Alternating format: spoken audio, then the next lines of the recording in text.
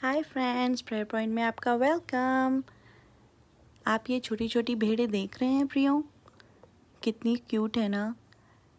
तो परमेश्वर भी आज हमसे अपने वचन के द्वारा यूहन्ना 10:27 के अनुसार हमसे इस भेड़ों के बारे में बात करना चाहता है। आपको मालूम है प्रियो, भेड़ों का मूल्य कितना ज़्यादा होता है।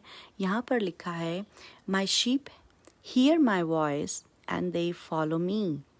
आज हम परमेश्वर के वचन से देखेंगे, क्या सचमुच में ये परमेश्वर का वचन सुनने के लिए परमेश्वर ने भेड़ों को ठहराया है।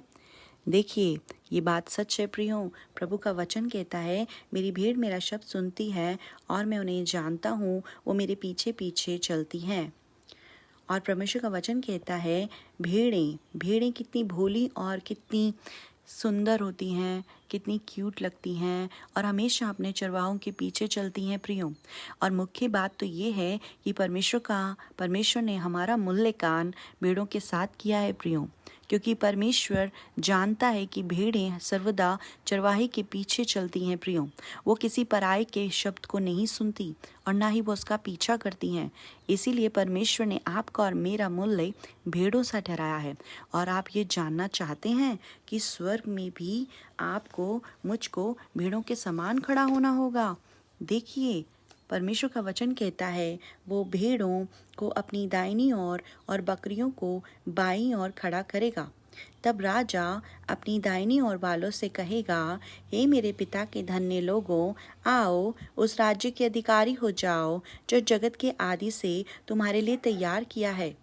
इसीलिए प्रियो, प्रभु चाहता है कि आप और मैं भलाई करें, क्योंकि परमेश्वर कहेगा, क्योंकि मैं भूखा था तुमने मुझे खाने को दिया, मैं प्यासा था तुमने मुझे पानी पिलाया, मैं परदेसी था तुमने मुझे अपने घर में ठहराया, मैं नंगा था तुमने मुझे कपड़े पहनाए, मैं बीमार था तुमने मेरी सुधि ली, मैं बंदीगृह में था तुम मुझसे मिलने आए।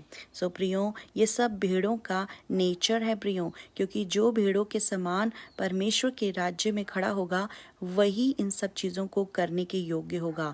और प्रियो, यदि आप ये सब चीज़ें करते हैं और अपने जीवन में भलाई करते हैं, तो आप भी भेड़ों के समान परमेश्वर के दाहिनी ओर स्वर्ग में खड़े होंगे प्रियो।